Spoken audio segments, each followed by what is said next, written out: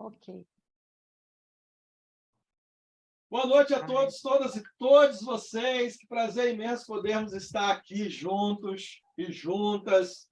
Que legal encontrar rostos tão bacana, né? Minha amiga Márcia, querida, minha amiga Mina. Gente, ó, quem não está no grupo do WhatsApp, eu dei e-mail para cada um de vocês. É só olhar na caixinha de e-mail que eu mandei o link para vocês, tá bom? E a nossa leitura é uma leitura conjunta, então eu espero que vocês participem, né, desse momento, para vocês debaterem junto comigo, tá bom? Qual é o objetivo da nossa leitura? É exatamente fazer as pontuações que normalmente nós faríamos sozinhos, fazer isso de forma coletiva, né? Resgatar aqui aquilo que era as leituras de roda, né? Antigamente se tinha isso, né? Os contos, né? Era uma tradição, inclusive, entre os judeus, né? Fazer aquela leitura de forma coletiva da lei, né? O texto diz que o Esdras ele pega o texto da lei junto com Neemias e vai ler com o povo. Olha que coisa gostosa. É assim que surge. Ó, gente, fecha o áudio aí se não forem participar. É assim que surge, por exemplo, o livro de Deuteronômio. O que é Deuteronômio, né? É a lei novamente narrada. E é interessante porque Deuteronômio, quando vai surgir, que é a lei novamente narrada, né? Ela se modifica, porque agora tem a participação do povo. Então, quando se pega Levítico, tá lá a lei. Quando se pega Deuteronômio, modificou-se. Algumas coisas se modificaram. E algumas coisas se modificaram de forma, assim, bem radical, porque agora tem uma leitura coletiva. Se lá em Levítico é só Moisés, em Deuteronômio é o povo. É os sacerdotes junto com o povo, é o Esdras, é o Neemias, é os maçoretas, né? O que depois vai ser os escribas. Então, esse é o objetivo da nossa leitura.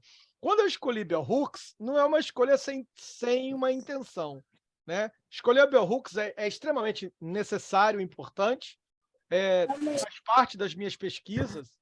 Eu sou um pesquisador em educação, né? E em sexualidade e gênero. Sou um psicanalista, trago Bell Hooks dentro da minha pesquisa. E por que esse livro? Porque, dentre todos os escritos por Bell Hooks, esse é o livro que ela sugere que seja lido. E é o livro que ela sugere que seja lido, debatido, discutido e lido em grupo. Então, é uma orientação da própria Bell Hooks. Por que também esse livro? Porque durante muito tempo se acreditou que pautas feministas só diziam respeito às mulheres.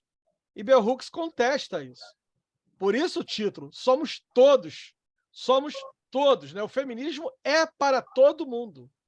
O que vai encontrar eco também com o Chimamanda, quando o Chimamanda diz que somos todos feministas, que não dá para trazer esses discursos ignorando, né?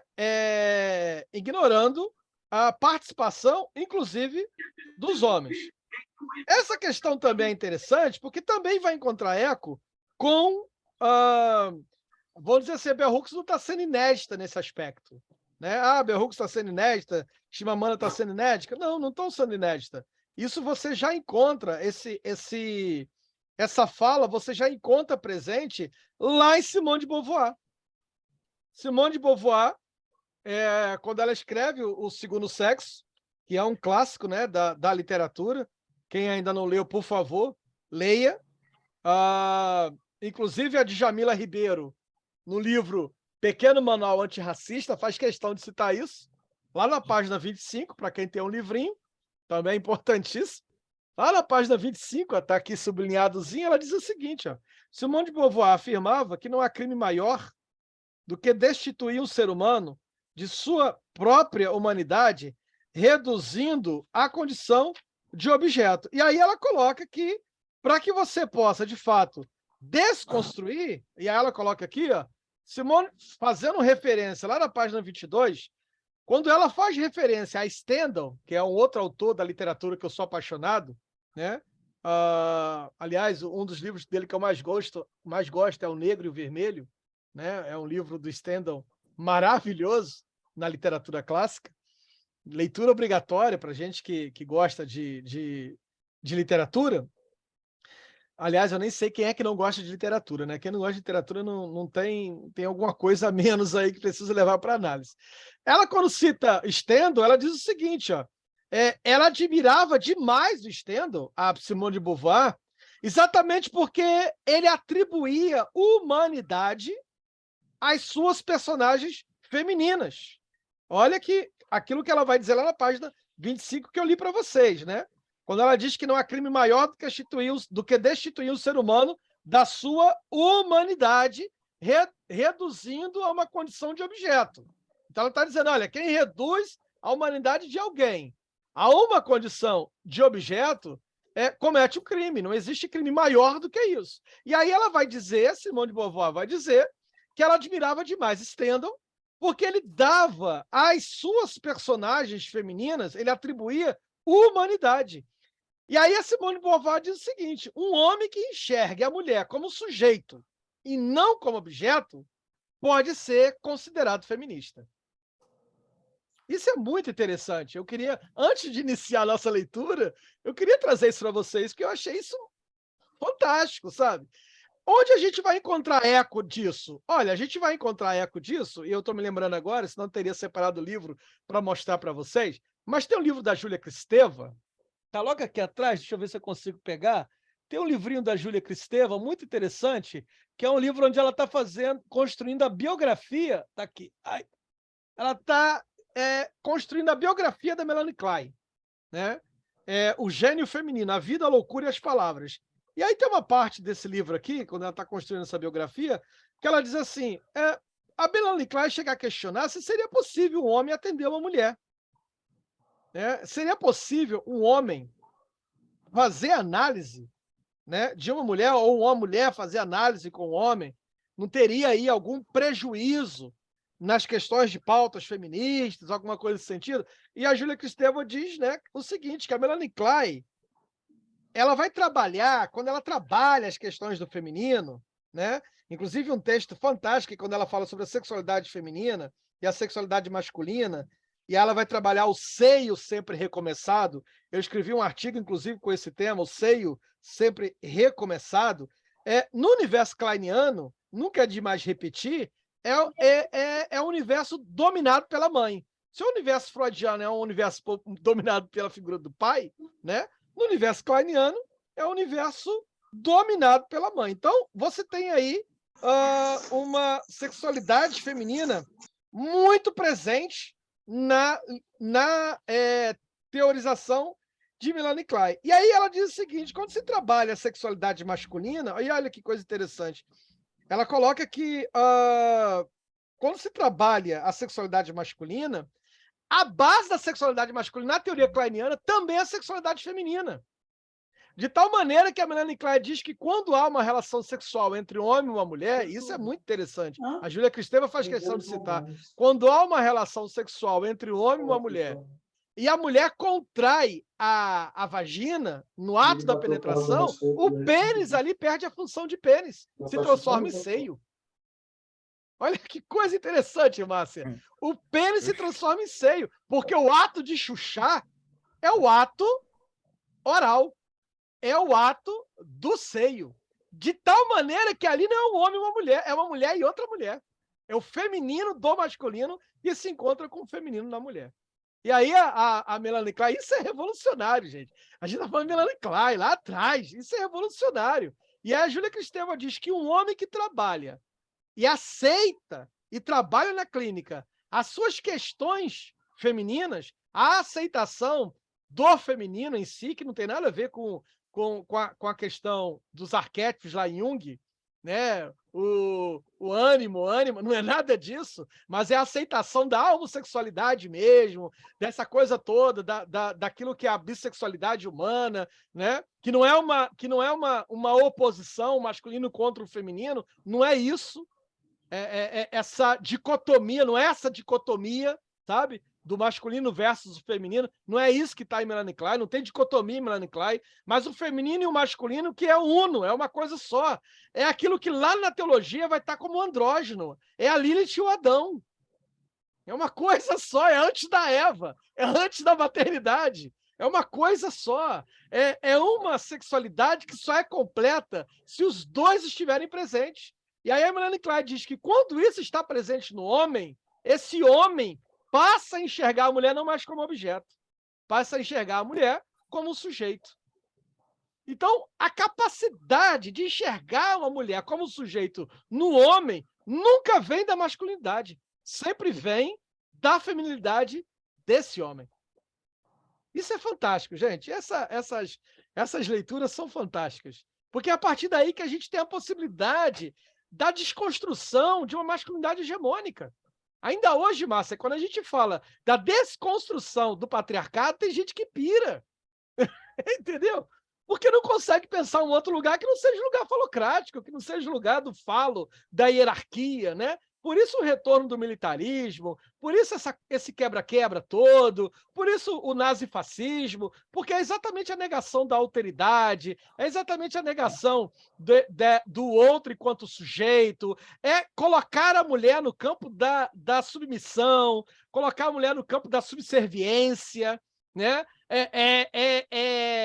É tornar a mulher uma coisa que é a coisa da maternagem, do materno, né? Então, assim, todo esse lugar é muito caro para o patriarcado. Por isso a necessidade da gente dar umas porradas boas no patriarcado, né? Como a Gerda Lerner fala aqui no livro, eu estava citando agora na minha live, né? A criação do patriarcado, ela diz assim, olha, o patriarcado é um processo histórico, se tem início, meio e fim. Então, se tem início, tem fim.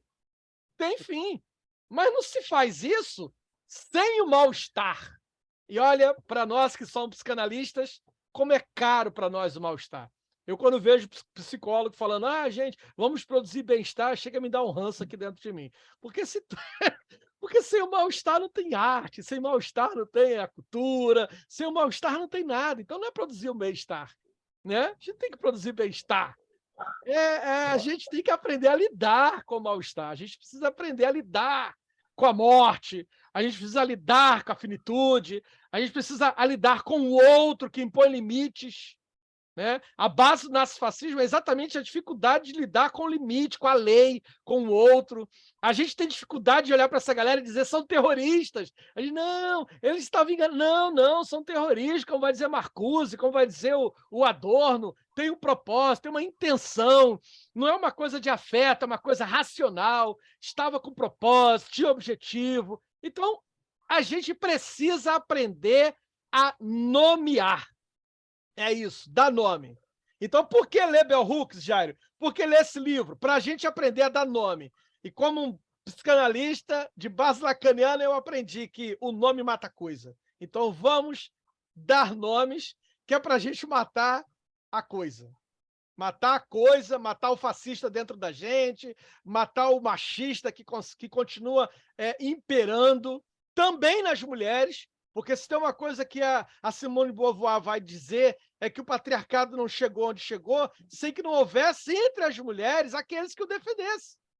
Entende? Então, quando você tem as Damares da vida, você tem ali mulheres que continuam enaltecendo o patriarcado, porque o patriarcado, acima de tudo, beneficiam essas mulheres, né? Divide as mulheres em dois grupos, vai dizer Gerda Lerner. O grupo para casar e o grupo para fuder. Então, as mulheres para casar são as mulheres que respeitadas, né? São as mulheres de bem, são as mulheres, ou seja, cria-se um objeto desejado. E aí Lacan vai dizer que não tem nada mais precioso para um objeto do que ser desejado. E desejado por quem? Ora, todas as vezes que você se coloca nesse lugar de ser desejada, você está sempre se colocando como objeto em relação ao nome do pai. Você está sempre invocando um outro que é o pai, ou seja, que é a lei sobre você. Você sempre se coloca no lugar da subserviência, né? Ou você se coloca no lugar da lei, no lugar do desejo, ou você submete o teu desejo ao outro. E todas as vezes que você submete o desejo ao outro, aí, você está invocando de novo a figura paterna. A gente vai precisar aprender, em algum momento, aí, a fazer a travessia dessa fantasia. Aí não é aqui na leitura de Bell Hooks, aí é na análise de cada um de vocês. Não é aqui na leitura de Bell Hooks. A leitura de Bell Hooks é só, sabe, aquele mal-estar necessário para, a partir daí, a gente pensar alguma coisa. Eu sei que algumas pessoas vão começar essa leitura comigo e outras vão desistir pelo meio do caminho, porque é uma leitura para produzir mal-estar. Como vai dizer o Jorge Forbes, uma análise que provoca sono não serve para porra nenhuma. É uma análise para acordar. E para acordar alguém, como é que você acorda alguém? É jogando água na cara, dando um empurrão nele, botando despertador alto. Tem que produzir mal-estar. Então é disso. É disso que se trata. Uma produção de mal-estar. Então vamos começar a ler o prefácio. O prefácio, eu não sei se o texto que eu disponibilizei para vocês, eu não sei se tem o prefácio. Esse aqui, que é uma edição atualizada, ela tem um prefácio à edição de 2015.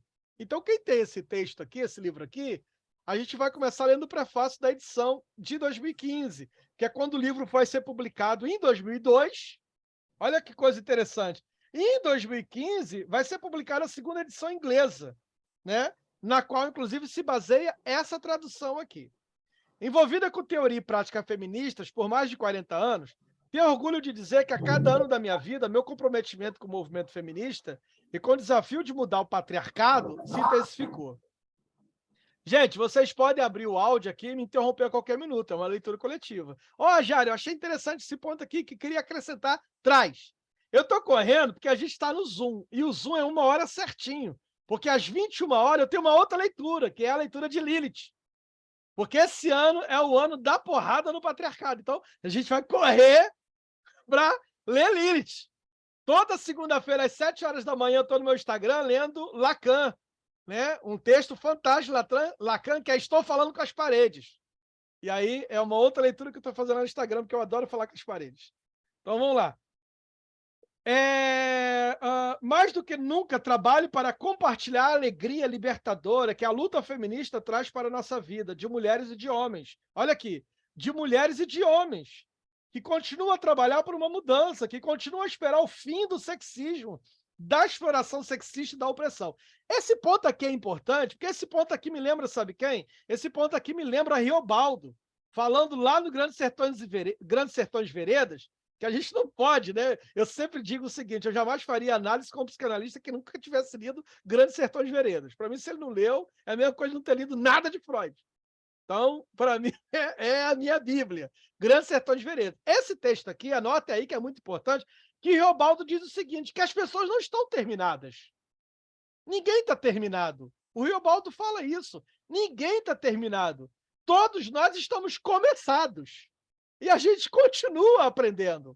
A gente continua. Então, essa é a condição, inclusive, que tanto Paulo Freire, que foi amigo de Bell Hooks, né? Bell Hooks foi amiga de Paulo Freire, como o antropólogo português Boaventura de Souza Santos coloca para o educador, que um educador é exatamente aquele que nunca terminou, que não está acabado. Sabe? Peguei o diploma, sou educador, acabei. Não, você não é educador. Você só está naquela educação bancária, como diz o Paulo Freire, transmitindo alguma coisa ali do cognitivo. A educação verdadeira, ela não vem desse lugar do cognitivo, ela vem do lugar do saber, do sabor, da experiência, né? Da palavração, como diz o Paulo Freire. Então, quando ela coloca aqui que aqueles que trabalham por uma mudança e que continuam, né? Aqueles que continuam a trabalhar, isso significa dizer que essa nossa luta, gente, só tem fim. Sabe? É continuar. Olha que legal abrir aqui e ver a Dilma, ver a Cecília e ver pessoas que estão sempre, que continuam a lutar. Ao mesmo tempo que a gente tem a Juliana, né? A Juliana é novinha, está começando agora. A gente tem aqui Márcia, Dilma, Cecília, Alessandra, a Mina, mulheres que já estão nessa luta há anos e que continuam a lutar, porque essa é a premissa de toda luta. Essa é a premissa de todo aquele que está envolvido no processo de modificação da humanidade. É uma luta que a gente não para, é uma luta que a gente continua. Por que a gente continua? Porque o Riobaldo implica que ninguém está terminado. Ninguém aqui está terminado. Desde os primeiros momentos do meu engajamento com a prática feminista, o que mais me empolgou foi construir um movimento feminista de massa. Essa coisa aqui é fantástico, porque quando eu falo, quando eu leio isso aqui, sabe o que eu penso? Aquilombamento.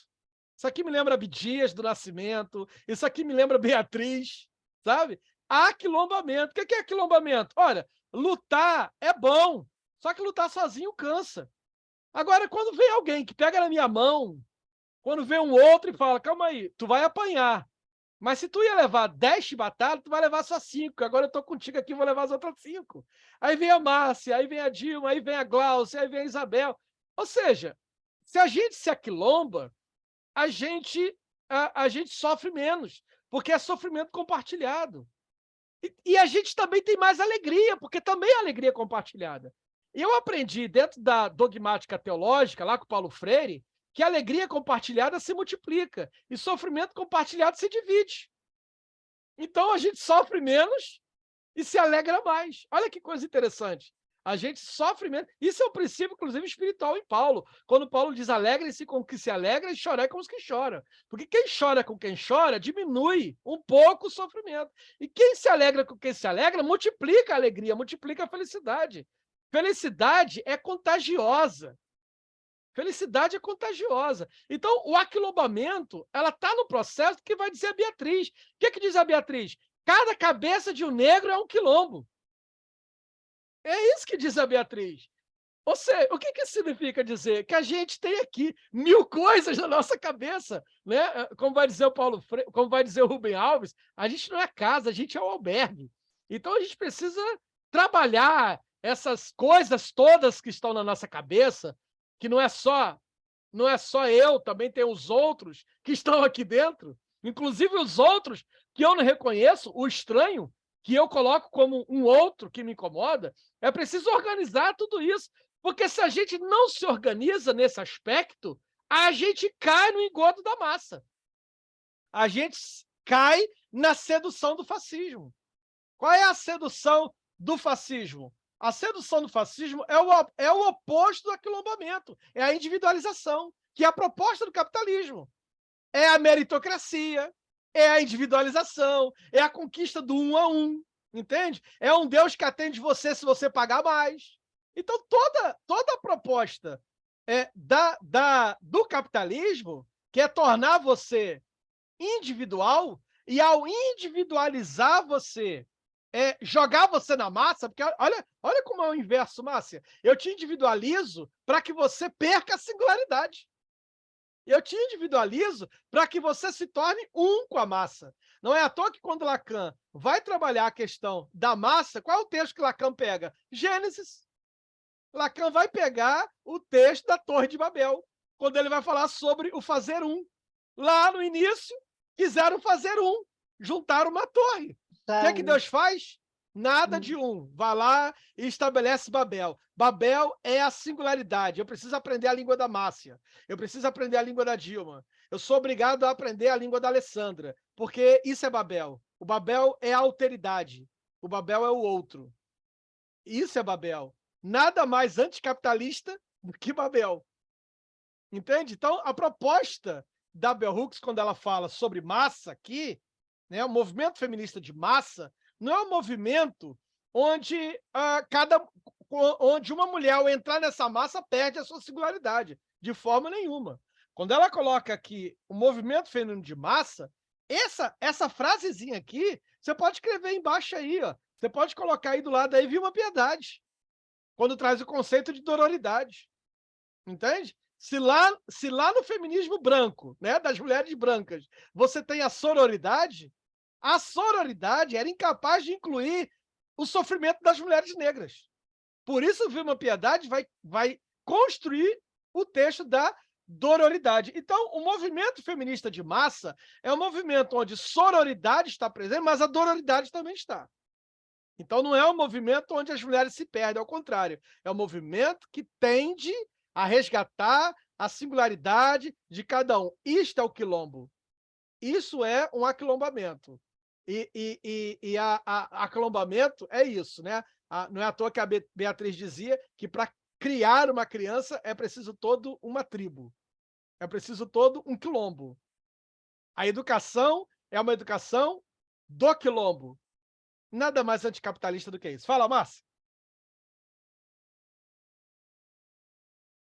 Que eu percebo que eu participo de alguns eventos, alguns grupos que muitos psicanalistas, essa questão do um a um, eles usam muito isso para deixar as questões, né, que inclusive é impossível, né, as questões culturais, sociais, né, se isentar, né, de ter que lidar com isso. Usam muito essa história que é singular e deixa de fora, né, as questões que atravessam o sujeito, né?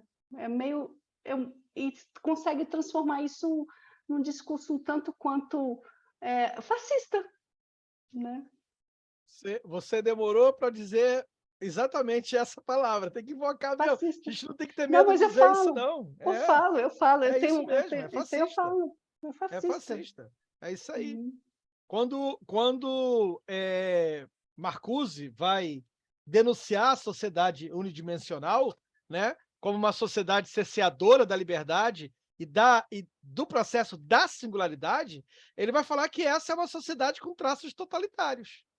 Então, o nazifascismo bolsonarista, por exemplo, é um projeto totalitário, porque é um projeto que tende exatamente a negar, a cercear a liberdade, né, em troca de uma proteção do pai, né? Só que não é um pai qualquer. O Dunk vai dizer de forma brilhante: esse pai é um canalha. É um canalha. Então, a proteção do canalha. O canalha que se coloca como o uno, né? Como a salvação, o mito, o Messias. Então, é o canalha. E aí, em troca disso, né, você tem, por exemplo, uma sociedade que se organiza com uma base tecnológica, industrial, né, tende-se a tornar-se totalitária. Você tem filósofos como Byung-Chul Han, que tem trabalhado muito isso, esse tema da tecnologia, da industrialização, no sentido da fomentação das massas. Veja bem, eu, quando era criança, um dos desenhos que eu adorava assistir era os Jetsons. Não sei se vocês se lembram disso, que vocês são muito novos, né? Eu já estou com 45. Então, os Jetsons, eu adorava aquilo. Tu apertava o botão, saía comida, né? A tecnologia estava de um jeito que caía alguma coisa no chão, já vinha um robozinho e limpava. Então, aquilo que é a questão, vamos dizer assim, de serviço, isso tinha sido eliminado pela tecnologia. A preocupação deles era outras, né? Tanto é que ou ele estava no lazer, ou ele estava no trabalho. Ou ele estava no lazer, ou ele estava no trabalho. A questão de serviço, limpeza, já tinha sido resolvido tudo isso. Outro também que é da minha infância é a Jornada nas Estrelas. Eu sou apaixonado por Jornada nas Estrelas, né? Star Trek. E o que é a Jornada nas Estrelas? Ora, a humanidade agora vai para as estrelas porque as questões da Terra já estão resolvidas. A Terra é um governo só, todo mundo veste branco. Quem lembra de Star Trek, todo mundo veste branco. A Terra é um governo só, não tem fome, não tem guerra, não tem conflito nenhum na Terra. Não tem conflito nenhum na Terra. Isso possibilita. A tecnologia avança de uma forma que acabou com a fome, acabou com a guerra, acabou com os classicismos, e agora só cabe uma coisa, um objetivo, que é conhecer as estrelas, né? Eu ainda estou nessa ainda estou nessa viagem ainda de conhecer as estrelas. Eu não sei. O que eu estou dizendo isso para vocês? O que eu estou invocando isso para vocês? É que o capitalismo levou a tecnologia para um lugar muito diferente. O capitalismo não acabou com a fome, né? Nos 4 anos do governo Bolsonaro, 35 milhões de pessoas no Brasil passaram fome, ao mesmo tempo em que surgiram dezenas de milionários. Tem alguma coisa errada aí? Espera aí, como é que pode surgir milionários num lugar onde está se passando fome? Mas é o que aconteceu. Então, a tecnologia não solucionou isso, porque a tecnologia não veio para solucionar esses problemas. Ao contrário, a tecnologia aliada ao capitalismo fez com que criasse uma ilusão de que nós estamos próximos, mas cada um envolvido numa redoma de individualidade. Então, quais foram as coisas que mais se desenvolveram? Aplicativos de rede social. É o que mais se desenvolveu. Gente, não está no gibi a quantidade de aplicativo de relacionamento. Para tudo. para héteros, para gays, para casados, para solteiro, para quem é solteiro e quer sair com casado, para quem é casado e quer sair com outro casado. Tem aplicativo para todo que é lado. Fora isso, o Facebook, que é um dos que mais cresceu, o Instagram. Ou seja, a tecnologia toda foi para solucionar um problema. Qual o problema? O problema da solidão. Então, esse é o grande problema da humanidade, o problema da solidão. Resolveu? Claro que não, porque a proposta da tecnologia não é resolver, é capitanear isso de uma forma a gerar lucro. Gerar lucro. Então, é o capital. E a Herbert Marcuse diz isso. E a melhor forma de gerar esse lucro, o que é? Aliás, a Herbert Marcuse não, o Byung Chul Han vai dizer, é matando a alteridade. Olha, na agonia de Eros, quando Eros agoniza, né, o que você tem é a tecnologia, o que você tem é exatamente a incapacidade de você sofrer com o sofrimento do outro. O sofrimento do outro é o sofrimento do outro. Né? A revista Cult desse mês, muito interessante, que é Psicanálise e Necropolítica, ela traz aqui uma coisa muito forte, que ela diz o seguinte, ó, quando já não se contam os mortos um a um, precisamos perguntar alguma coisa. Entende? Então a tecnologia é isso. Morreram 700 mil pessoas. Entende? Morreu um, morreu dois, morreu 3, meu Deus, morreu 100. Pô, já vou trabalhar no outro dia que já não é comigo. Entende? A gente não conta no 1 a 1. Quando a gente bota 700 mil, isso é distante. Isso não incomoda mais. Então, é isso que a Bell Hooks vem implicar. Né? A implicação, por exemplo, eu adorei demais essa revista, porque ela começa exatamente com uma entrevista do Frei Beto. Quando o Frei Beto fala do resgate da figura de Jesus como alguém que veio resgatar o reino de Deus. E qual é o resgate que Jesus faz do reino de Deus? Quando ele diz assim, eu não chamo vocês mais de servos, eu tenho chamado vocês de amigos. Porque o reino de Deus é um reino de amigos, ou seja, meu Deus, cada um é importante e único. Isso é a singularidade. Se na lógica do capital, cada um de nós somos substituíveis, somos peças, na lógica da psicanálise, cada um de nós é um universo a ser desvendado. É uma singularidade única. Cada perda é uma perda irreparável, insubstituível. Então, funcionamos na lógica do contracapitalismo. Daí, gente, já estamos nos minutos finais. Esse negócio aqui acho que não tá cristão, não. Tá me dando 6 minutos já para encerrar?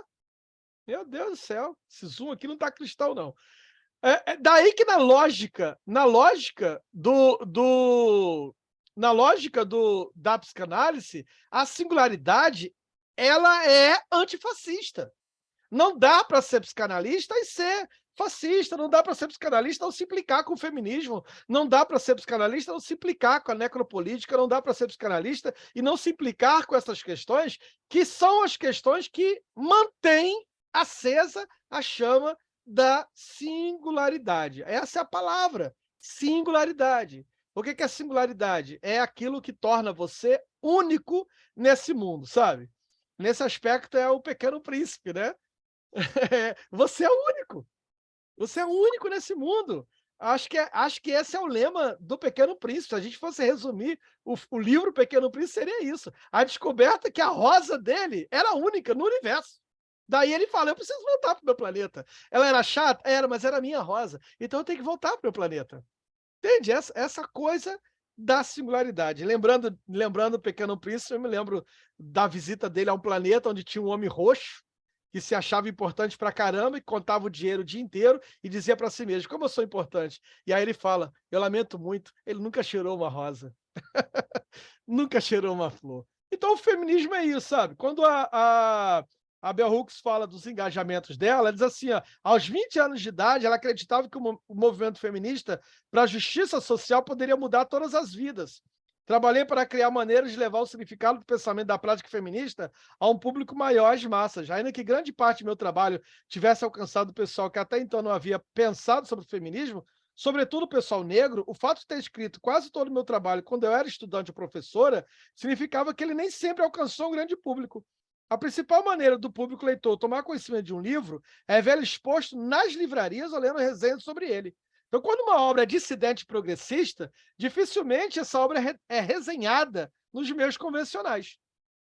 Tive sorte de ter publicado livros que, apesar de terem recebido poucas críticas, encontraram público. Sem dúvida, a adoção em curso se tornou uma das formas para que livros que receberam pouca atenção nos meios convencionais encontrem o público. Olha, eu quero dar uma pausa aqui. Uma professora amiga minha, professora Rosângela, minha amiga querida, propôs, numa universidade federal, e eu vou dar nome aqui, a Universidade Federal de Rondônia, propôs que se colocasse como leitura obrigatória para os docentes, né, para os discentes, se colocasse eu esqueci o nome que se dá para isso, quando você indica uma obra ali, Bell Hooks, e foi rejeitado pela universidade. Entende? Foi rejeitado.